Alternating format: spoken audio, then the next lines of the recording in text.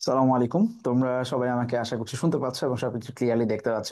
School of excellence, তোমরা অ্যাডমিশনের পরীক্ষার্থী যারা, তাদের জন্য নিয়মিত একটা সেশন রাখার চেষ্টা করছি আমরা, যেখানে প্রশ্ন সমাধান করব, নির্দিষ্ট টপিকে পড়ব, তারপরে আমরা জানার চেষ্টা করবো বিভিন্ন বিশ্ববিদ্যালয়ে কিভাবে প্রশ্ন হয়, কিভাবে কি করতে হবে না করতে হবে প্রত্যেকটা বিশ্ববিদ্যালয় সম্পর্কে। এবং এই সেশনটার বা এই যে কার্যক্রমটার আমরা নাম দিয়েছি ট্রাই অ্যাডমিশন। অর্থাৎ তুমি তোমার বিশ্ববিদ্যালয়ে চুজ করার আগে, তুমি যেই বিশ্ববিদ্যালয়ে পরীক্ষা দিবা সেই বিশ্ববিদ্যালয়ে পরীক্ষা দেওয়ার প্রস্তুতি শুরু করার আগে তুমি আগে জানবো ওই বিশ্ববিদ্যালয় থেকে কি কি প্রশ্ন আসে, কিভাবে আসে। একটা ফ্রি কোর্সের মধ্যে আমরা তোমাদেরকে নিয়ে যাব, প্রত্যেকে সবার জন্য এটা ওপেন থাকবে। জাস্ট আমাদের পেজে ফলো করলে হবে, আমাদের ওয়েবসাইটে গেলেও দেখবা আছে এটা। সো এইখান থেকে তুমি তোমার প্রস্তুতি জায়গাটা শুরু করতে পারবে। অনেকেই তোমরা হিমশিম খাও যে আসলে প্রস্তুতি কোন কোন জায়গা থেকে শুরু করবো। সেই ধারাবাহিকতায় আমরা অলরেডি বাংলা, ইংরেজি এবং জিকে ক্লাস চলছে নিয়মিতভাবে। আজকে আমি ঢাকা বিশ্ববিদ্যালয়ের 19-20 সেশনের প্রশ্ন সমাধান করার চেষ্টা করব। অনেক আগের প্রশ্ন মনে হতে পারে তোমাদের কাছে, বাট এই সময়গুলো থেকে রিটেন শুরু হয়েছে এবং প্রশ্ন প্যাটার্নের চেঞ্জ এসছে। যেটা আগে 25টা প্রশ্ন হতো, তখন থেকে আমরা দেখতে পাচ্ছি সংখ্যা কমিয়ে 15টা এবং রিটেন থাকছে 20 মার্কের, এরকম করা হয়েছে। এই সময়গুলাতে ঠিক কিভাবে প্রশ্ন হতো তখন থেকে, যে নতুন ট্রেন্ড শুরু হলো একদম টেক্সট ভিত্তিক প্রশ্ন করা, আমরা একদম শুরু থেকে দেখার চেষ্টা করব যে প্রত্যেকটা সাল ধরে ওদের আজকে 19-20, তারপর 20-21, 21-22, এভাবে আগাবো আস্তে আস্তে। আমরা একদম 24-25 পর্যন্ত দেখার চেষ্টা করব যে এক্সাক্ট কোন প্যাটার্নে ঢাবি প্রশ্ন করে। এর বাইরে অন্যান্য বিশ্ববিদ্যালয়গুলো এবং টপিক ভিত্তিক আমরা দেখবো ইনশাল্লাহ। সো সব মিলে আমরা আজকে ক্লাস শুরু করতে যাচ্ছি। আমার সাথে জুমে অনেকেই আছো, আমি তোমাদেরকেও অ্যাড করার চেষ্টা করব। যদি তোমরা কেউ কথা বলতে চাও, তোমরা অবশ্যই হাত তুলবা। যখন যে কোনো প্রশ্ন থাকলে তোমরা অবশ্যই হাত তুলবে, আমরা তোমাদের বক্তব্য শোনার চেষ্টা করবো ইনশাআল্লাহ। ওকে। সো আমি কথা না বাড়িয়ে একদম প্রশ্ন সমাধানে চলে যাই, যে আমরা প্যাটার্ন দেখার চেষ্টা করবো যে কোন কোন জায়গা থেকে প্রশ্ন কেমন হয় এবং সোর্স কি। দুইটা জিনিসকে আমরা খুব গুরুত্ব দিই যখনই তুমি যে কোনো বিশ্ববিদ্যালয়ের প্রস্তুতি নেবা। তোমার বিশ্ববিদ্যালয়ের প্রস্তুতি নেওয়ার অন্যতম পদ্ধতি বা যেই যেই টেকনিক তুমি ফলো করবা, সেটা হচ্ছে যে যেই বিশ্ববিদ্যালয়ে আমি পড়াশোনার জন্য টার্গেট করছি সেই বিশ্ববিদ্যালয়ের প্রশ্ন কোত্থেকে হয়, সোর্স এবং প্যাটার্ন, এই দুইটা বোঝা। ওকে। প্রথমেই প্রথম যে প্রশ্নটা, 1 নাম্বার কোয়েশ্চেন দেখো। তোমরা যারা ফেসবুকে আছো তারা অবশ্যই আহ, প্রশ্নের নাম্বার দিয়ে তারপরে অ্যান্সার করবা। 1 নাম্বার দিয়ে তারপর অ্যান্সার করবে। আমি একটু ফেসবুকে তোমাদের কমেন্ট চেক করে দেখবো, যাতে যারা ফেসবুক আছো তাদেরকেও আমি দেখতে পাই। ওকে। সো প্রথম যে প্রশ্নটা, প্রথম প্রশ্নে বলা আছে we have not given dash update on the patient's condition, যে রোগীর কি অবস্থা সেই ব্যাপারে আমাদেরকে কোনো আপডেট দেওয়া হয় নাই, বাংলা অর্থ। আচ্ছা, এইটা তোমরা একাডেমিক লাইফেই, আচ্ছা, একজন প্রশ্ন করছে ভাই আমাদের অ্যাডমিশন কি আমাদের, আচ্ছা ঠিক আছে, পরে অ্যান্সার নিচ্ছি আমি সবগুলোর প্রশ্ন। ওকে।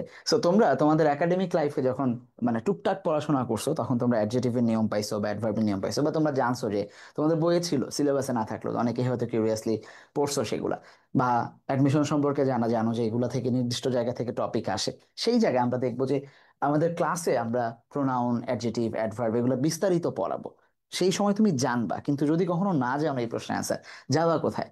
অলওয়েজ মনে রাখবা যে বিশ্ববিদ্যালয় তোমাকে বলে দেয় সিলেবাস কি, সিলেবাস বলে দেয় যে একাদশ এবং দ্বাদশ শ্রেণীতে পঠিত বইয়ের আহ মানে তথ্য অনুসারে বা বইয়ের অধ্যায় অনুসারে প্রশ্ন হবে।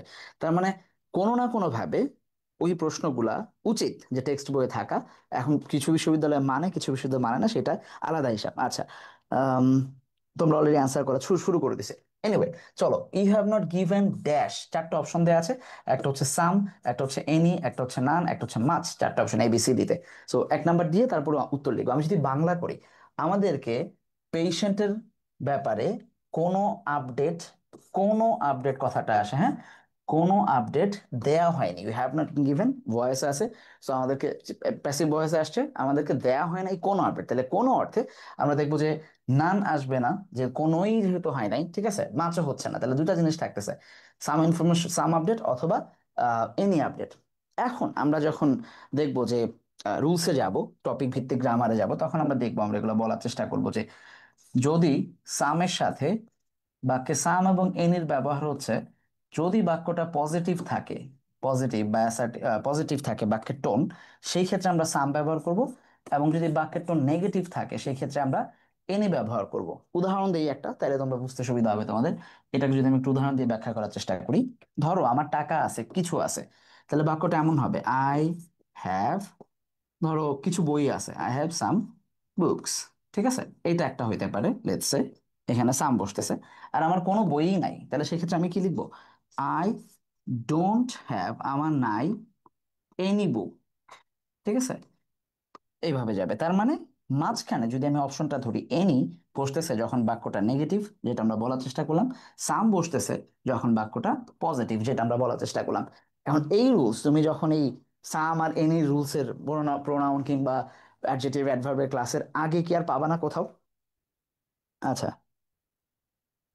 আচ্ছা, একজন বলতেছে যে আজকে সব ভুল অ্যান্সার করবে, বকাও খাইতে পারো। এনিওয়ে, তো যখন তুমি এটা পড়বা তখন কোথায় পাবা? তুমি কোনো না কোনো ভাবে তোমার সাবকনশিয়াস মাইন্ডে এই আইডিয়াটা থাকতে হবে। ওকে, লেটস গো, যে তোমাদের টেক্সট বইয়ে চলো এই প্রশ্নটা আমরা পাই কিনা। 2019-20 সালে তোমরা নিশ্চয়ই এই পেজটা দেখতে পাচ্ছ। সেই কামাল, সেই কামালের যে গল্প, মানে প্যাসেজটা ছিল, সেই কামালের প্যাসেজে আমরা কামাল সম্পর্কে বলতে শুনি যে কামালের ইন্টারেস্টিং ট্রেটস ছিল কামালের ক্যারেক্টারে। He was the eldest son of prime minister and then later of president, মানে তার বাবা প্রাইম মিনিস্টার ছিলেন, পরবর্তী প্রেসিডেন্ট ছিলেন। Yet his life was very simple. এতক্ষণ পর্যন্ত আমাদের কাছে এটা ইম্পর্টেন্ট না এই প্রশ্নের জন্য। পরের যে কথাটা, he did not take any advantage, এই যে অ্যাডভান্টেজ নিত, নিত না, সরি, সেই ক্ষেত্রে বাক্যটা যখন নেগেটিভ তার ঠিক পরে আমরা কি ব্যবহার দেখতে পাচ্ছি? এনির ব্যবহার দেখতে পাচ্ছি। তোমরা কি বুঝতে পারতেছো যে কেন টেক্সট পড়াটা ইম্পর্টেন্ট? কোনো না কোনো ভাবে জীবনে যখন তুমি প্যাসেজটা পড়তে যাবা, এখনই পড়তেছো, তোমাদের পরীক্ষা শেষ হলে মাত্র, একটা মজার কথা আমি সবসময় বলি যে এইচএসসি ফাইনাল শেষ, তার মানে এই না যে তোমার এইচএসসি ফার্স্ট পেপার বই পড়া শেষ, তার মানে এইটা যে তোমার এইচএসসি ফার্স্ট পেপার বই পড়াটা মাত্র শুরু হলো।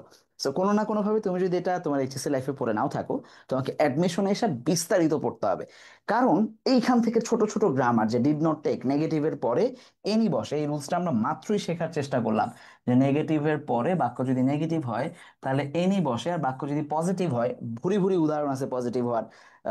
চাওলাতে আছে, তারপর হচ্ছে এডুকেশনের আছে, রিফিউজি ক্যাম্পে যখন ইয়া গেছিল অ্যাঞ্জেলিনা জোলি, সেইখানে বাক্যে আছে। আমি সেগুলো আর আনি নাই, কারণ যেহেতু এনি দিয়েই যাচ্ছে শুধু। তাহলে এই যে এনির ব্যবহার বাক্যে negative, I don't have any money, he did not take any any advantage, এই কথাগুলোতে আমরা দেখবো বাক্যে সবসময় কি ব্যবহৃত হবে? তাহলে এনি ব্যবহৃত হবে যখন নেগেটিভ থাকবে। তার মানে রুলস গ্রামারের, বাট আমরা ইন্টিগ্রেটেড পাচ্ছি কোথায়? আমরা দেখতে পাচ্ছি যে টেক্সটের মধ্যে এগুলো সব লুকায় আছে। ওকে, সো টেক্সট, টেক্সট পড়াটা খুব বেশি ইম্পর্টেন্ট। আচ্ছা, তোমাদের এবার অ্যান্সার দেখবো। জুমেও যারা আছো তারাও কিন্তু অ্যান্সার করতে পারবা, তোমরা তোমাদের কমেন্টের মাধ্যমে অ্যান্সার করতে পারবা। আর এর বাইরে ফেসবুকে যারা আছো, আমি তো ফেসবুকে তাদেরকে অ্যান্সার দেখার চেষ্টা করছি। ঠিক আছে, ওকে, তাহলে প্রথমটা গেল, we have not given any update. আসো নাম্বার টু, 2 নাম্বার কোশ্চেন আমরা দেখতে পাচ্ছি, there is a liberation sculpture dash. Dhaka বিশ্ববিদ্যালয়ে একটা লিবারেশন স্কাল্পচার, স্বাধীনতা স্তম্ভ বা মূর্তি, ভাস্কর্য রয়েছে আর্টস বিল্ডিং এর ড্যাশ। এখন তোমাকে, তোমার আগে জানতে হবে যে ইনফরমেশনের সত্যতা কোথায়, পাশে, সামনে, পেছনে, নাকি কোন জায়গায়। প্রথম কথা হচ্ছে যে, আচ্ছা, তোমরা কেউ জুমে গুতাগুতি করবা না প্লিজ, হ্যাঁ। প্রথম কথা হচ্ছে তোমাকে ঘটনার সত্যতা জানতে হবে যদি এই ধরনের প্রশ্ন আসে। সত্য কথাটা হচ্ছে যে আর্টস বিল্ডিং এর সামনে। তোমরা যারা অপরাজয় বাংলাকে চেনো, অপরাজয় বাংলা হচ্ছে একটা ভাস্কর্য যেটা স্বাধীনতা যুদ্ধকে রিপ্রেজেন্ট করে, সেই সময়ের ঘটনাবলীকে। সেটা ঠিক আর্টস বিল্ডিং এর সামনে।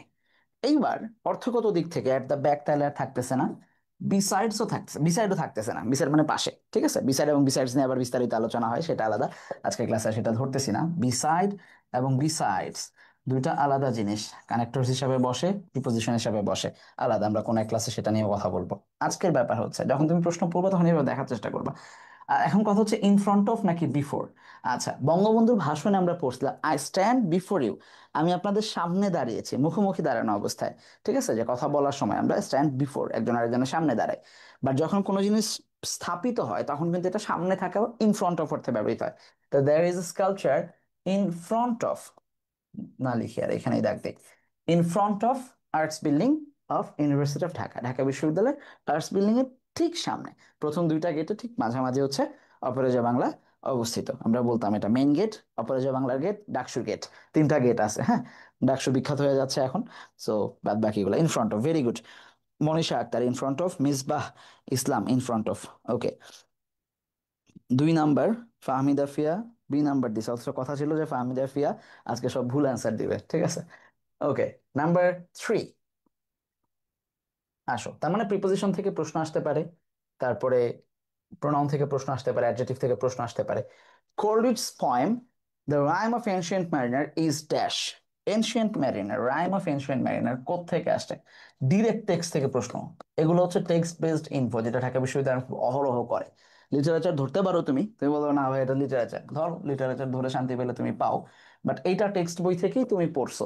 এখন তুমি ব্যাখ্যা খুঁজবা। লিরিক মানে হচ্ছে যখন ছন্দগুলাকে আমরা মিলাই, যে সুর, সুর না সরি, যে কথাগুলা যে কোনো ইয়ার, সেটাকে লিরিক বলি আমরা। সনেট আমরা জানি 14 লাইন একটা কবিতা, 14টা করে ছন্দ মানে পদ থাকে, এবং প্রত্যেকটা ইয়াতে বাংলায় আমরা জানি যে 14টা করে ওয়ার্ড, শব্দ, বর্ণ থাকে। ওটা আমরা জানি যে এটা এক ধরনের গাথা কবিতা, যখন কারো উদ্দেশ্যে কারো বীরত্ব কিংবা প্রশংসা কিংবা ডেডিকেটেড করে গাওয়া হয় সেটা। ব্যালাড শব্দটার অর্থ হচ্ছে মানে লম্বা করে গল্প আকারে কোনো মানে কবিতা লিখে যায়, একটা ঘটনা বর্ণনা করা, বিস্তারিত বর্ণনা করা। এখন ancient mariner, rime of ancient mariner, এই কবিতা তোমার বইয়ে আছে। চলো, এই যে দেখো, এই যে তোমাদের স্যামুয়েল টেইলর কোলরিজ, যেটাকে আমরা এসটি কোলরিজ ডাকি, ঠিক আছে? S T, Samuel for, S for Samuel, T for Taylor. তার যে কবিতা, বিখ্যাত কবিতা, সেই কবিতাটা হচ্ছে the rime of ancient mariner. তার মানে এক্স্যাক্টলি তোমার বই থেকে তুলে দিছে। ঘটনা হচ্ছে যে আমি না হয় কবিতা পড়লাম, কিন্তু আমার কি কবিতায় বলা আছে যে এখানে এটা কি ওড নাকি এটা বালাড নাকি কিছু লিরিক, কিছুই তো বলা নাই। কই পাবো তাইলে? একটু নিচে আসতে হবে। কোলরিজেস পোয়েম আ বালাড, এই যে দেখো সুন্দর করে এখানে ন্যারেট করে বলা আছে যে এই যে কবিতাটা, এবং কবিতার জনরা কোনটা, এটা কি ওর সনেট নাকি ব্যালাড, বলে দিচ্ছে যে এটা একটা ব্যালাড। ন্যারেটস, বর্ণনা করে, একটু আগে আমরা বললাম, তার মানে এখানে সংজ্ঞাও লুকায় আছে যে ব্যালাড কি জিনিস। সেটা হচ্ছে একটা ন্যারেটিভ পোয়েম, সেটার নাম হচ্ছে একটা ন্যারেটিভ পয়েম, বর্ণনামূলক কবিতা। বাংলায় আমরা যেটা বলি যে বর্ণনামূলক কবিতা। রবীন্দ্রনাথ প্রচুর এরকম কবিতা লিখছেন, তোমরা পড়ছো ছোটবেলায়। ন্যারেটস হরফিং, যাই হোক, পরেরটা যা গেল গেল। তাহলে আমার প্রশ্ন উত্তর পাইছি কোথায়? আমি টেক্সটে পাইছি। সুন্দর করে আমি যে দাগা দিয়ে আসবো, যেটা আমার বইয়ে অ্যান্সার দেয়া আছে, লাজ। তার মানে ভাইয়া টেক্সট পড়তে হবে। তিনটা প্রশ্ন এতে আসি আমরা, তিনটার মধ্যে দুইটাই টেক্সট থেকে আসছে। আমরা দিন শেষে গুনবো যে টেক্সট থেকে কয়টা আসছে, ইনশাল্লাহ। ঠিক আছে? আচ্ছা, তোমাদের অ্যান্সার, হুম, জুমে যারা আছো, ওকে, যদি তোমরা কমেন্ট করতে চাও, ঠিক আছে, আমি প্রশ্ন ধরবো জুমের লোকজনকে একটু পরে। এনিওয়ে, চলো, 4 number, change into reported form. Reported form করতে বলছে, তার মানে ন্যারেশন করতে বলছে আমাদেরকে। খুব ইজি। এইচএসসি তে তোমাদের এখন ভয়েস নাই, শর্ট সিলেবাসে, কিন্তু ন্যারেশন স্টিল আছে। শুধু ন্যারেশন না, প্যাসেজ ন্যারেশনও তোমরা পড়ো। তার মানে কোনোভাবেই ভয়েস এবং ন্যারেশন, যেটা ক্লাস 7-8 থেকে পড়তেছো, মিনিমাম মিনিমাম আরো নিচেও পড়তে পারো, যারা ইংলিশ মিডিয়ামে ছিল বা অন্য কোথাও ছিল, তারা মানে 5-এর পরেই ওদের ভয়েস শুরু হয়ে যায়। ঠিক আছে, অ্যাডভান্স থাকে, বা ক্যাডেটের জন্য যারা প্রস্তুতি নিচ্ছে তাদের হিসাব আলাদা। বাট নর্মালি অন্তত ভয়েস ন্যারেশন 7 বা 8 থেকে বাংলা মিডিয়ামে শুরু হয়ে যায়। তাহলে বলছে she said to me, rules হচ্ছে ভার্ব টু, দ্রুত বলবা। কেউ একজন জুমে, জুমে যারা আছো একটু দ্রুত অ্যান্সার দিবা, এবং ফেসবুকেও যারা আছে একটু অ্যান্সার দিবা। আচ্ছা, তাহলে সেইড ভার্ব টু, আমরা জানি যদি ভার্ব টু হয় ন্যারেশনের ক্ষেত্রে, তাহলে ভেতরে টেন্সেরও পরিবর্তন হবে, অর্থাৎ অক্সিলারি ভার্ব পরিবর্তন হবে। ঠিক আছে, তারপরে ভার্ব চেঞ্জ হবে, এবং পার্সন অলওয়েজ চেঞ্জ হবে। সো ভার্ব টু থাকলে ভার্ব এবং পার্সন, অর্থাৎ টেন্স এবং পার্সন দুইটাই চেঞ্জ হবে। আর যদি ভার্ব টু না থাকে তাহলে শুধুমাত্র পার্সন চেঞ্জ হবে, টেন্সে চেঞ্জ হবে না। তাহলে আসো, সেইড থাকলে, যেহেতু প্রশ্নবোধক আছে, আমাকে অবশ্যই আস্কড ব্যবহার করতে হবে সেইড এর পরিবর্তে। যখন প্রশ্নবোধক থাকবে তখন আস্কড, যখন নির্দেশনা দিবে তখন গাইডেড, অথবা অর্ডার দিবে যখন উপদেশ, আদেশ দিবে তখন অর্ডার, নিষেধ করবে যখন তখন ফরবেড, অ্যাডভাইস দিবে যখন উপদেশ দিবে তখন অ্যাডভাইস। এই জিনিসগুলো আমরা বিভিন্ন ক্ষেত্রে ন্যারেশনে ব্যবহার করি। তাহলে আসো, টোল্ড দেয়া, সেইড দেয়া, দুইটাই আউট।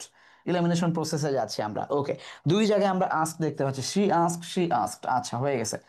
ওয়াই যখন থাকে, যখন আমরা দেখি যে ডাব্লিউএস কোশ্চেনের বেলায় ন্যারেশনের ভিতরে দুই ধরনের ন্যারেশন ইন্টারোগেটিভ হয়। একটা হচ্ছে টেন্সের যে অক্সিলারি ভার্বগুলো সেগুলো সামনে আসে, আর একটা হচ্ছে ডাব্লিউএস কোশ্চেন দিয়ে ব্যবহৃত হয়। তাহলে ডাব্লিউএস কোশ্চেনের বেলা আমরা দেখবো, শি সেড টু মি, সে আমাকে জিজ্ঞেস করছে, why didn't you come Monday, তুমি কেন মানডেতে আসো নাই?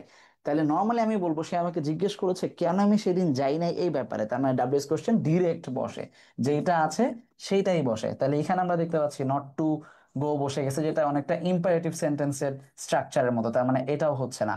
একমাত্র সঠিক বাক্যটা হচ্ছে সি নাম্বার। ব্যাপারটা প্রসেস করতে আমি অনেক সময় নিছি, বাট তোমাদের এটা হয়ে যাওয়া উচিত মিলি সেকেন্ডের মধ্যে, মানে দেখার সাথে সাথে অ্যান্সার দিয়ে দেয়া। আচ্ছা, অর্ক বলছে এটা না হলে ঘুমায় যাবো। আচ্ছা, ভেরি গুড, সি নাম্বার, হ্যাঁ, নাম্বার 4 সি, তোমারটা হয়েছে, ভেরি গুড। ওকে। আচ্ছা, 4 সি লিখছো। আচ্ছা, very good, very good, very good, 4 C, good. ঠিক আছে, পরেরটা আসো। আচ্ছা, এইগুলা কি বইয়ে থাকে কিনা? অহরহ থাকে, মানে বই, আমরা বই তো পড়ি অ্যাকচুয়ালি ন্যারেশনের স্টাইলে, তাই না? সো ওগুলো আমি আর বইয়ে যাচ্ছি না, ডিরেক্ট অর্থ নাও থাকতে পারে। নাম্বার 5, চলো। দ্য ওয়ার্ড ইমানসিপেশন আসছে কোন জায়গা থেকে? ভোক্যাবস থেকে প্রশ্ন আসছে। তুমি বললো ভাই আমি তো ভোক্যাবস পারি না। আচ্ছা, ইমানসিপেশন শব্দের অর্থ কি? Advocate, engage, portrait, freedom and liberation. প্রত্যেকটা ওয়ার্ড তোমার বইয়ে আছে। তুমি অ্যাডভোকেট কথাটা পাবা নেলসন ম্যান্ডেলাতে, যে Nelson Mandela as an advocate of human dignity উনি কি কি করছেন as an advocate of human dignity. আচ্ছা, তুমি এনগেজ পাবা অ্যাডোলেসেন্সে, যে অ্যাডোলেসেন্সরা তাদের নিজেদেরকে এনগেজ করে বিভিন্ন বিভিন্ন জায়গায়। তুমি পোর্ট্রেট পাবা education and life, education and life এই অধ্যায়ে তুমি পোর্ট্রেট পাবা। তার মানে কোনো না কোনো ভাবে যখন তুমি টেক্সট পড়বা, হ্যাঁ, যখন তুমি টেক্সট পড়বা অ্যাডমিশনের জন্য, ইন্টারে যদি নাও পড়ে থাকো, আবারও বলতেছি, তাইলে যারা 26 ব্যাচ বা 27 ব্যাচে আছো, তোমাদের উচিত এখন থেকে টেক্সটে খুব গুরুত্ব দেয়া, খুব গুরুত্ব দেয়া।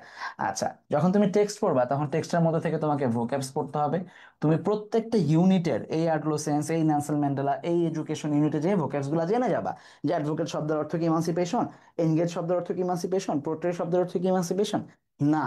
তাহলে ইমানসিপেশন শব্দের অর্থ কি? এই যে বঙ্গবন্ধুর ভাষণে বঙ্গবন্ধু বলেছিলেন যে the struggle this time is a struggle for emancipation, আবার ইমানসিপেশনের জন্য এই স্ট্রাগল, ঠিক আছে?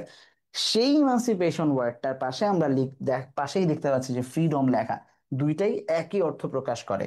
তার মানে এক্স্যাক্টলি এই অর্থটাই লিবারেশন বা ফ্রিডম আমরা ব্যবহার করব এইখানে সঠিক উত্তর হিসেবে। জাস্ট টেক্সট যখন তুমি পড়বা, তোমার ঢাকা বিশ্ববিদ্যালয়ের ভোক্যাবস সহ অন্যান্য যে কোনো বিশ্ববিদ্যালয়ের 80% to 90% ভোক্যাবস ডিরেক্ট টেক্সট থেকে আসে, বাদ বাকিটা আমাদের ব্যর্থতা যে আমরা ধরতে পারি না, স্টিল টেক্সট থেকেই আসে, ঠিক আছে? তাহলে number 5 B, very good Manisha, Rakib, Misbah, Tanvir, very good. Okay, okay, very good, চলো তারপরে চলো, গেল এটা। আচ্ছা, আমরা তোমাদের, যারা তোমরা এইচএসসি ফাইনাল বা আলিম ফাইনাল দিয়ে এরপর অ্যাডমিশনের প্রিপারেশন নিচ্ছ, তোমাদের জন্য আমরা দুইটা কোর্স রেখেছি। একটা হচ্ছে আমাদের বি ইউনিট যে কোর্স, যারা আমাদের মূল কোর্স যেটা, যে বি ইউনিটের কোর্স যদি তোমরা অনলাইনে এনরোল করো, তাহলে তোমাদেরকে আমরা এই টেক্সট বেসড অন্যান্য যা যা আছে সবই পড়াবো ইনশাল্লাহ। সেটার গত বছরের যে সাফল্য আমাদের, আমরা কিন্তু মাশাল্লাহ প্রত্যেকটা ইউনিভার্সিটিতেই টপার পেয়েছি আলহামদুলিল্লাহ। প্রথম, দ্বিতীয়, তৃতীয়র মধ্যে টপ 10-এ আমাদের রেজাল্ট ছিল। দেখতেই পাচ্ছ তোমরা এখানে যে আমাদের যারা একদম মানে প্রাইম টপার 1 থেকে 3-এর মধ্যে বিভিন্ন বিশ্ববিদ্যালয়ে তারা টপার ছিল।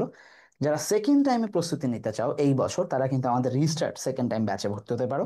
যারা গত বছর পরীক্ষা দিয়েছো কিন্তু তোমাদের কাঙ্ক্ষিত সাফল্য অর্জন করতে পারোনি, কাঙ্ক্ষিত বিশ্ববিদ্যালয়ে তোমরা ভর্তি হতে পারোনি, সেকেন্ড টাইম দিয়ে ভালো করা যায় কিনা এই ব্যাপারে আমি খুব খুব রিসেন্টলি ভিডিও টিডিও দেওয়ার চেষ্টা করব। এই পোস্টারটা তাদের জন্য, সেকেন্ড টাইম পরীক্ষা দিয়ে এক্স্যাক্টলি সেকেন্ড টাইমার হিসাবে গত বছর পরীক্ষা দিয়ে প্রথম, দ্বিতীয়, পঞ্চম, দশম, নবম, মানে টপ 10-এর মধ্যে বহুত লোক চান্স পেয়েছে। এবং গত বছর আমাদের সেকেন্ড টাইম স্টুডেন্ট চান্স পাওয়ার সংখ্যা মাসাল্লাহ মানে প্রায় 700+। এটা এটা আনবিলিভেবল যে সেকেন্ড টাইম থেকে এত স্টুডেন্ট চান্স পায় যদি সিরিয়াস থাকে। এবং যারা বিশেষ করে বিভাগ পরিবর্তন করতে চাও সায়েন্স থেকে বা কমার্স থেকে, তাদের জন্য সেকেন্ড টাইম বি ইউনিট একটা অসাধারণ সিদ্ধান্ত হতে পারে। এনিওয়ে, পরের যে প্রশ্নটা, আমরা 6 নাম্বার কোশ্চেনে যাব। Question number 6, dash. আচ্ছা, পাংচুয়েশনের ব্যবহার, পাংচুয়েশন তোমরা ইন্টারমিডিয়েটে খুব ভালো করে এইচএসসি তে পড়তেছো, এরপরে বই পড়বা, নাউন প্রোনাউন এগুলোর ব্যবহার পাবা, খেয়াল কর। এখানে পাংচুয়েশন বলছে বটে, বাট তোকে ক্লু দেওয়া আছে। My aunt lives in Sylhet is a doctor. তিনটা ঘটনা, আমার আন্টি সিলেটে থাকে, সে একজন ডক্টর। তাহলে আমরা নিচে অপশনগুলোকে খুঁজবো যে কোথায় কোথায় কি বলা হচ্ছে। আমরা প্রোনাউনের মধ্যে অ্যান্টিসিডেন্টের ব্যবহার করছি, বা কাউকে মডিফাই করার ব্যবহার করছি, ঠিক আছে? যে প্রোনাউন বসে, রিলেটিভ প্রোনাউন বসে বাকি অংশটাকে অ্যাডজেক্টিভ বানায়, অ্যাডজেক্টিভ ক্লজ বানায়। আচ্ছা, তাহলে আমার আন্টি যে সিলেটে থাকে সে ডক্টর, তাহলে প্রথমটা আহ প্রথমটাও ঠিক আছে, দ্বিতীয়টাও ঠিক আছে, তৃতীয়টা সবই ঠিক আছে। তাহলে খালি ভুলটা হচ্ছে কোথায়, মানে হু লিভস ইন সিলেট পুরোটাই ঠিক আছে। ভুলটা শুধুমাত্র যে যখন কমা দিচ্ছ এই পুরো অংশটা তুমি যদি বাদ দিয়ে দাও, মাই আন্ট, খেয়াল করো, তুমি যদি বাদ দিয়ে দাও my aunt is a doctor, দেখো তো হয়েছে কিনা, আমাকে একটু বলো যে আমি যদি এই অংশটা বাদ দিয়ে দেই, বাক্য হয় না? My aunt is a doctor, বাক্য হয়ে গেছে তো। শুধু আন্টটিকে পরিচয় করায় দেওয়ার জন্য যে কোন আন্ট, মাই আন্ট, এই অংশটাকে আমি নিয়ে আসছি হু লিভস ইন সিলেট, জাস্ট পরিচয় করার জন্য। আন্টি কোন কে? সে হচ্ছে যে সিলেটে থাকে, এটাকে পরিচয় করার জন্য নিয়ে আসছি। তাহলে এইটুকুকে আলাদা করে কমা দিতে হবে। তোমরা ইয়ার নিয়মে পড়ছো, যখন তোমরা পাংচুয়েশন পড়ছো তখন তোমরা পড়ছো দুই পাশেই কমা থাকতে হবে। তাহলে এইটার দুই পাশে কমা, আন্টের আগে কমা, আন্টের পরে কমা, ইজের আগে, মানে এই যে দুইটা যে ভার্ব, দুইটাতেই থাকতে হতো। এই পাশে নাই, এই পাশে ঠিকঠাক আছে। এইখানে আমরা দেখতে পাচ্ছি আন্টে ঠিকঠাক আছে, কিন্তু ইজের পরে যে হয়েছে সেটা ঠিকঠাক নাই। এই পাশেও আন্টে ঠিকঠাক আছে, এই পাশে আবার কমা নাই, মানে আগের বার এই পাশে কমা ছিল না, এইবার এই পাশে কমা নাই। একমাত্র বি নাম্বারে আমরা দেখতে পাচ্ছি যে my aunt Jini is a doctor who lives in Sylhet, যে সিলেটে বসবাস করে। ওকে, বাক্যটা যদি এরকম হইতো যে my aunt is a doctor, তাইলে আর কমা থাকতো না, এই পাশে হু দিয়ে বাক্য বসে যেত হু লিভস ইন সিলেট, তাহলে ঠিকঠাক বুঝতা তোমরা। বাট যেহেতু আমি সামনে নিয়ে আসছি, মডিফাই করছি, ডেফিনেটলি আমাকে এখানে কি ব্যবহার করতে হবে? একটা গুড কমা ব্যবহার করতে হবে দুই পাশে দুইটা। Number 7, dash in the sentence the rescuer snatch the children from a perfect storm. Perfect storm শব্দের অর্থ কি? এটা একটা ইডিয়মস, প্রত্যেক বছর ইডিয়মস এন্ড ফ্রেজ থেকে প্রশ্ন আসে।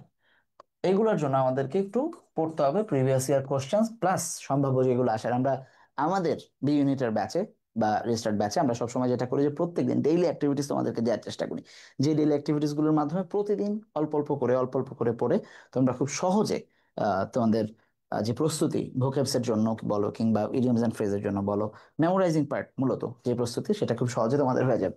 আচ্ছা, তাহলে এখানে পারফেক্ট স্টর্ম মানে হচ্ছে খুব বাজে অবস্থা, খুবই খারাপ সিচুয়েশন। তাহলে আসো নিচে, গ্রেট চ্যালেঞ্জ হচ্ছে না, গ্রেভ ইলনেস হচ্ছে না, গাস্টি উইন্ড হচ্ছে না, মানে স্টর্ম দেখলেই যে উইন্ড নিয়ে কথা বলতেছে এরকম কিছু না। কঠিন অবস্থা, খারাপ অবস্থা কি? The Wars situation. নর্মালি এই জায়গা থেকে কমন পড়ে যাবে। তুমি যদি জাস্ট প্রিভিয়াস ইয়ারের কোশ্চেন পড়ো তাইলে তুমি দেখবা যে মানে 70% কমন পেয়ে যাওয়ার সম্ভাবনা তোমার তৈরি হবে, অন্তত অপশনগুলোকে তুমি চিনবা। ওকে, আসো তারপরে number 8, the poet William Blake has compared school boy to dash. William Blake compare করেছেন স্কুল বয়কে। এই প্রশ্ন কোন বইয়ে পাবা তুমি? টেক্সট ছাড়া আর কোথাও তুমি এটাকে পাবা না। তুমি যতই নিয়ম পড়ে যাও, যতই যা মুখস্থ করে যাও, যাই গিলার চেষ্টা করো, এক্সেপ্ট ফর টেক্সট বুক, তুমি কোথাও এটা পাবা না। টেক্সট বুকে এসে লেখক বলছেন যে এই যে বার্ড, যে এটা কেজের মধ্যে যদি তারা আটকায় রাখা হয়, তার যে অবস্থাটা হয় একই অবস্থা হয় ওই ছেলেটার, যার কথা মানে ইয়ার হওয়ার কথা ছিল কিন্তু তারে আমরা আটকায় রাখছি। ঠিক আছে, তাহলে উনি পাখির মানে খাঁচাবদ্ধ পাখির সাথে তুলনা করেছেন স্কুল বয়কে, যে পাখির যেরকম আমরা যদি খাঁচার মধ্যে আটকায় রাখি তার যে অবস্থাটা হয়, তেমনি একটা বাচ্চার স্কুলের মধ্যে ভরে তাদেরকে খালি পড়ো পড়ো পড়ো করতে দিলে সে উড়ে বেড়াতে পারে না, গান গাইতে পারে না, সেই অবস্থাটা হয়। তাহলে প্রিজনার হচ্ছে না, স্কলার হচ্ছে না, ওয়ারিয়র হচ্ছে না, একমাত্র কেজড বার্ড, খাঁচাবদ্ধ খাঁচায় আটকানো পাখির সাথে তিনি বাচ্চাদেরকে তুলনা করেছেন। Very good Manisha, Misba. আচ্ছা, এখানে কি অ্যান্সার করছো? আলামিন, আরমান, সরি, হ্যাঁ, আরমান খান, 6B। ওকে, ভেরি গুড। তাহলে নাম্বার 8 হচ্ছে সি। তাহলে এটাও টেক্সট থেকে আসছে, দেখলাম আমরা। আচ্ছা, নাম্বার 9, অরফিউস। অরফিউস যেহেতু 2019, কোভিড তখনও স্ট্রাইক করছে করছে, বাট ফুল সিলেবাস ছিল, সারা বই থেকে প্রশ্ন আসতো। তোমরা এটার সাথে পরিচিত নাও হইতে পারো, বাট এইটাও ইন্টারেস্টিংলি ডিরেক্ট টেক্সট থেকে আসছে, এবং এইটাকে আমরা বলি টেক্সট বেসড ইনফো। এই ধরনের প্রশ্নকে, যেটা এখন বিইউপি মানে একদম চোখ বন্ধ করে FA এ 40টা প্রশ্নের মধ্যে 27-28টা প্রশ্ন, 75% question, 80% question BUP text based info করে থাকে। খেয়াল করো, তার ফিউচার বাবা মাকে তুমি কোন গ্রামার মুখস্থ করে এটা মনে রাখতে পারো? মানে গ্রামারের কোন নিয়ম দিয়ে মিলাবা যে এখানে ও আছে, তার মানে ও যেটা অ্যান্সার সেটা হবে? তাহলে তো এস আছে, এইখানেও এস আছে, এইখানেও এস আছে, এটা মিলবে। তাহলে তো এইখানে ও আর এইখানে এস দুইটা মিলে তাহলে এটা অ্যান্সার হয়ে যাইতে পারে মনে হয়। কিছু করার দরকার নেই, তুমি জাস্ট টেক্সটটা ভালো করে পড়বা। এই যে এখানে সুন্দর করে বলা আছে, Orpheus was the son of Apollo and muse Calliope. Calliope এবং অ্যাপোলোর সন্তান ছিল হচ্ছে অরফিউস। মানে মিথস অ্যান্ড, তোমাদের নাম্বার ইউনিট 13 যেটা, আমি জানি না তোমাদের বইয়ে কোনটা, ইউনিট 13 মিথস অ্যান্ড লেজেন্ডস যেটা আছে সেটা, হ্যাঁ, মিথস অ্যান্ড লেজেন্ডস, ওইখানে আমরা দেখবো যে এটা বলা আছে যে অরফিউজের নাম বলা আছে, যার বাবা মা হচ্ছে মিউস ক্যালিওপ এবং অ্যাপোলো, এই দুইটা। তাহলে তোমাকে কি পড়তে হবে? Text and text only.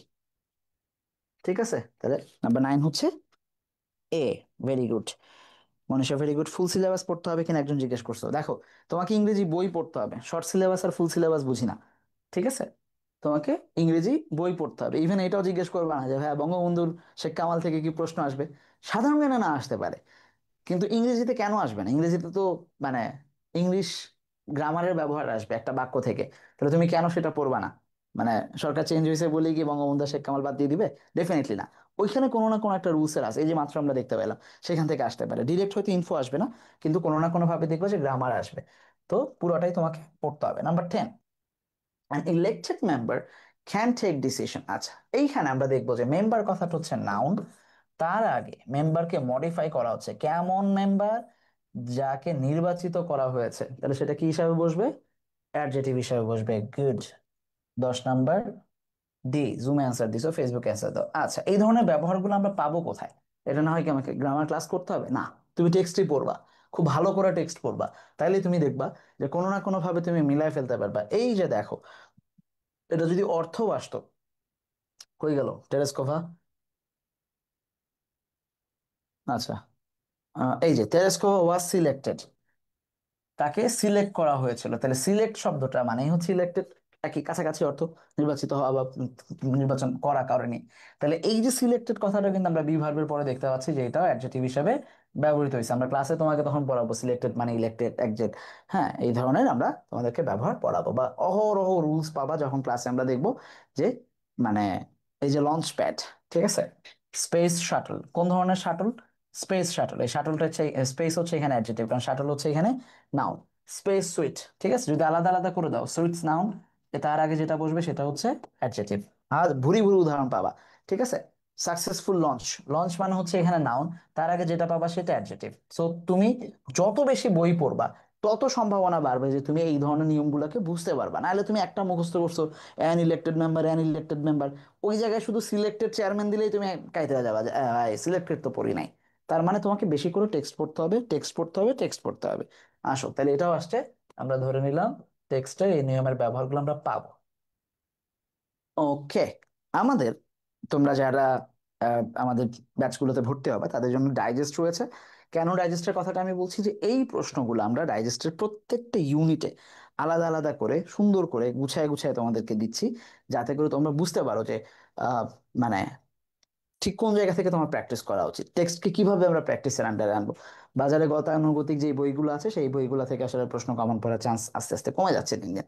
তো আমরা তোমাদের জন্য যেটা করছি যে প্রত্যেকটা বিশ্ববিদ্যালয়ের প্রশ্ন প্যাটার্নকে অ্যানালাইসিস করে সেই ধরনের প্রশ্ন প্র্যাকটিস করার জন্য তোমাদেরকে দেয়ার।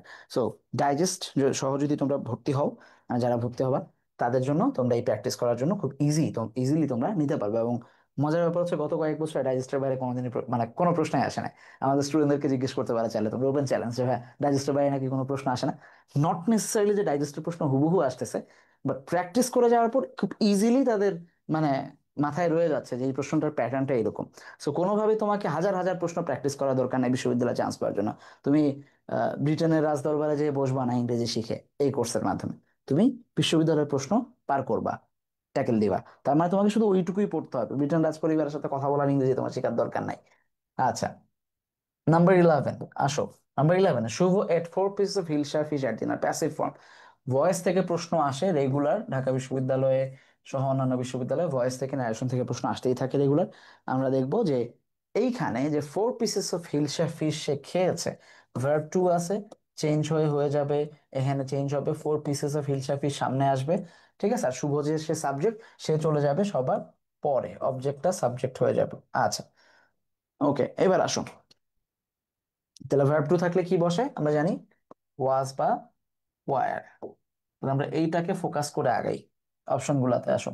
তাহলে এখানে ফোর পিসের অ্যাট ডিনার ওয়ার, ওয়ার আছে ঠিক আছে, বাট তারপরে তো অবশ্যই ভার্বটা টু হবে, মানে ভার্বটা থ্রি হবে প্যাসিভে, কিন্তু এইখানে আমরা দেখতে পাচ্ছি ভার্ব টু, তাহলে আউট। অ্যাট ডিনার ফোর পিসের অ্যাট, এইখানে আমরা ভার্ব টু দেখতে পাচ্ছি, তাহলে এইটাও ভুল। আচ্ছা, 4 নম্বরে আমরা দেখতে পাচ্ছি ওয়ার ইটেন, আচ্ছা বাই শুভ, সরি 3 নম্বরে দেখতে four pieces of leadership, were আছে, ইটিং ভার্ব ওয়ান আইএনজি আছে, কখনোই ভার্ব ওয়ান আইএনজি প্যাসিভে বসে না। ওয়ার এর পরে অ্যাক্টিভে আমরা দেখি যে ভার্ব ওয়ান আইএনজি বসে, বাট প্যাসিভে না, তার মানে এটাও ভুল। একমাত্র এই যে ভার্ব থ্রি, এই যে ওয়ার প্লাস ভার্ব থ্রি বসার কথা, যেটা বসার কথা সেটা এখানে বসে গেছে। শুভ, মানে ফোর পিসেস অফ হিলসাফিস আগে চলে আসছে, এটা এখন সাবজেক্ট, শুভ হয়ে গেছে অবজেক্ট, উল্টে গেছে খেলা, তার মানে ঠিক আছে আর কি। ওকে, 11 টি হবে, ভেরি গুড। আচ্ছা, বই কি খালি, বই কি হাতে দিবেন পিডিএফ না, বই হার্ড কপি দেওয়া হবে তোমাদেরকে, ঠিক আছে, তোমাদের হার্ড কপি বই দেওয়া হবে, তোমরা যারা ডাইজেস্ট নিবা তারা হার্ড কপি বই পাবা। ক্লিয়ার? চলো তারপর নাম্বার 12। আচ্ছা, এভরিওয়ান হেটস অ্যাসিস্ট, আচ্ছা ইন্টারোগেটিভ ফর্ম, চেঞ্জিং সেন্টেন্স থেকে প্রশ্ন আসছে, চেঞ্জিং সেন্টেন্স থেকে প্রশ্ন আসবে, এইগুলো তোমরা চেঞ্জিং সেন্টেন্স থেকে প্রশ্ন আসবে, তোমরা তোমাদের এইচএসসি সিলেবাসে সব কভার করছো, ক্লাস 7 থেকে শুরু করছো ভাই, ট্রাস্ট মি, তোমরা ক্লাস 7 বা 8 থেকে, সরি 7 বা 8 থেকে শুরু করছে এগুলো পড়া। সো এখন জাস্ট ইমপ্লিমেন্টেশনের টাইম, মাথা নষ্ট করার কিছু নাই। আচ্ছা, এভরিওয়ান হেটস, সবাই হেট করলে কে হেট, মানে কে পছন্দ করে না, ঠিক আছে। আচ্ছা, সবাই হেট করলে কে পছন্দ করে, নাকি এমন কেউ আছে যে পছন্দ করে না, এই ধরনের প্রশ্ন হতে পারে। তাহলে যখন আমাকে ইন্টারোগেটিভ ফর্ম নিতে হবে, তার মানে একটা কোশ্চেন মার্ক দিতে হবে। ডু এনিওয়ান লাইক, এনিওয়ানের সাথে আমরা দেখবো যে ডাজ বসে, সো এটা ভুল। ইজ দেয়ার এনিওয়ান, ঠিক আছে। হু ক্যান হেট, এটা যদি হু লাইকস হইতো তাইলেও বাক্য ঠিক আছে, হু দিয়ে তারপর অপোজিট বসবে, হেইটের অপোজিট হচ্ছে লাইক, তাহলে এটা দিলেও হয়ে যাইতো। আচ্ছা, তার মানে ভুল, এখানে হেট বসবে না। হু ডাজ একসেপ্ট, দরকার নাই হু এর পরে, এখানে আমরা দেখবো যে অ্যাকসেপ্ট না হয়ে লাইক হওয়ার কথা ছিল, কারণ পরেরটা আমরা দেখতে পাচ্ছি ডাজ এনিওয়ান, ডু হয় না, ডাজ হয়, এনিওয়ান, ডাজ এর পরে ভার্বের সাথে এসবিএস বসে না, কারণ হচ্ছে অলরেডি ভার্বের সাথে লাইকের সাথে যে এসবিএসটা বসার কথা ছিল সেটা ডু বা ডাজের সাথে, ডু এর সাথে বসে গেছে, এসি ট্রেইং যেটা আছে সেটা শেষে কম আমরা ইয়াও দেখতে পাচ্ছি, তার মানে এইটা হচ্ছে আমাদের কাঙ্ক্ষিত রাইট অ্যান্সার। ক্লিয়ার?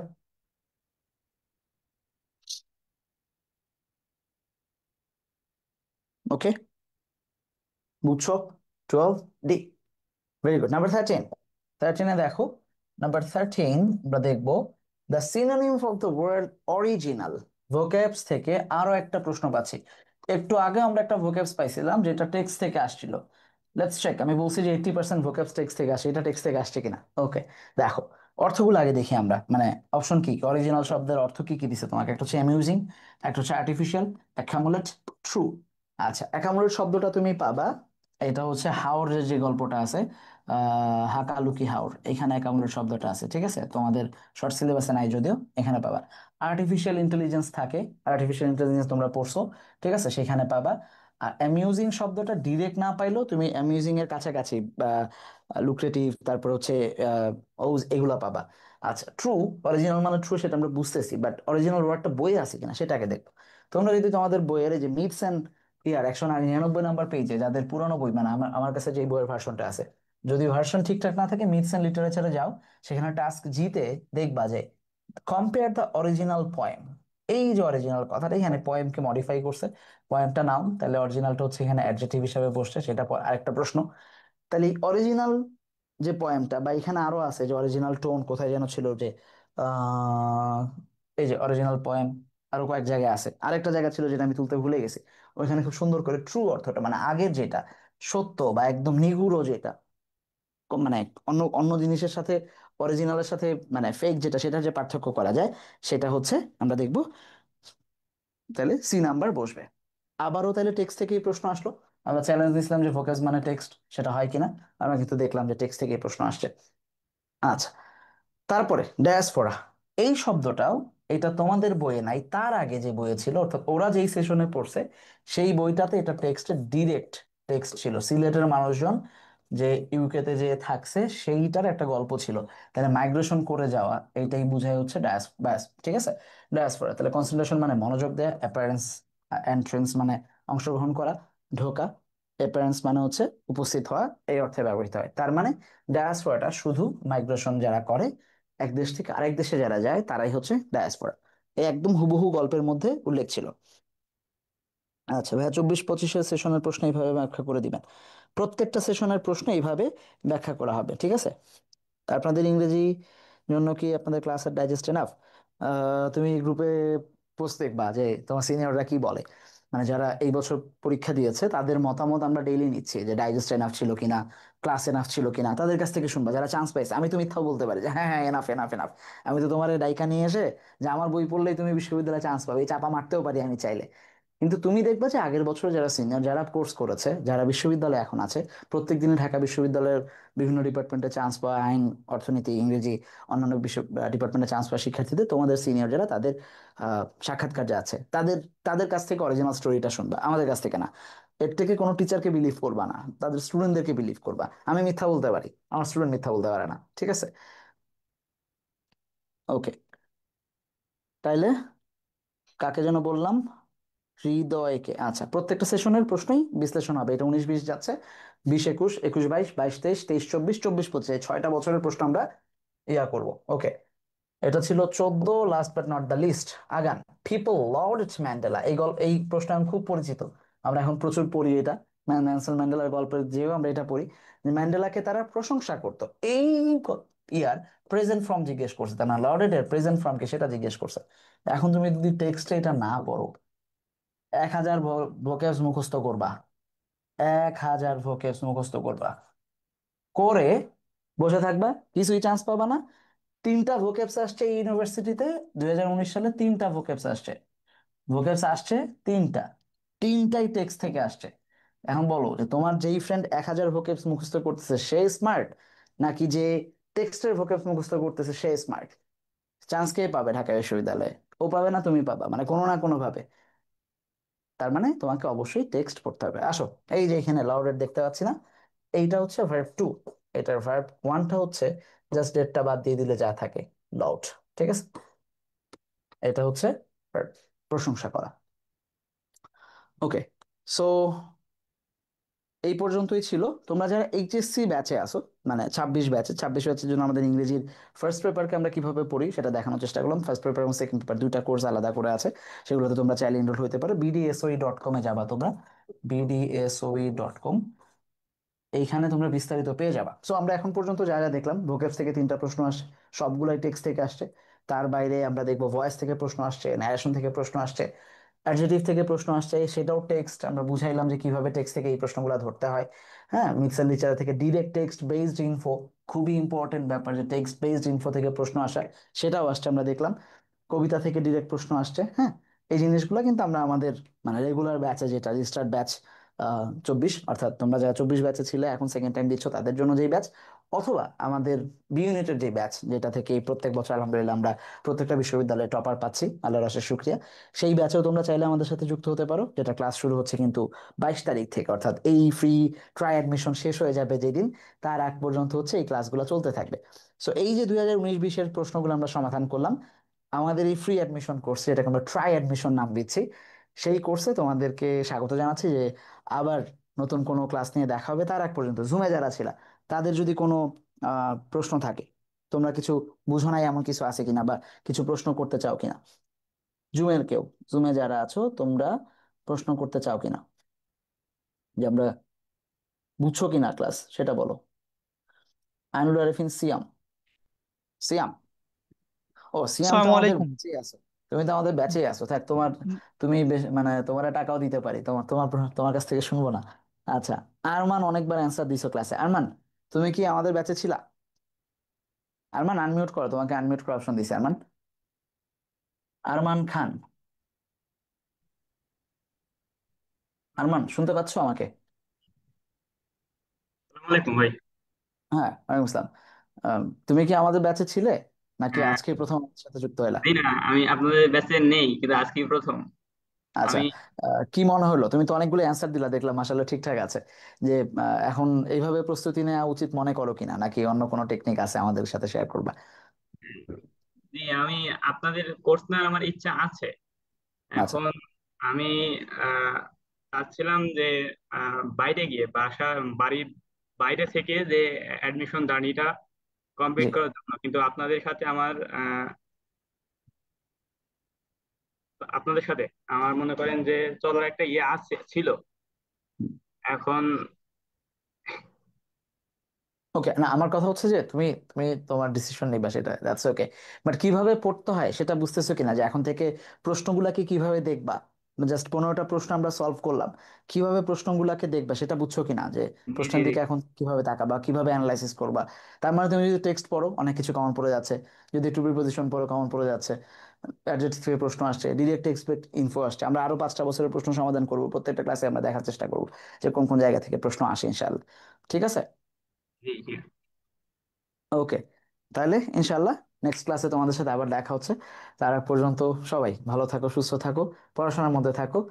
পড়াশোনা শুরু করো, পরীক্ষা শেষ হয়ে যাচ্ছে। অ্যাডমিশনের প্রিপারেশন নাও, আর ট্রাই অ্যাডমিশন, যে তুমি অ্যাডমিশনের জন্য কতটুকু রেডি আছো। দেখা হবে পরের ক্লাসে, তার আগ পর্যন্ত সবাই সুস্থ থাকো। সালামু আলাইকুম।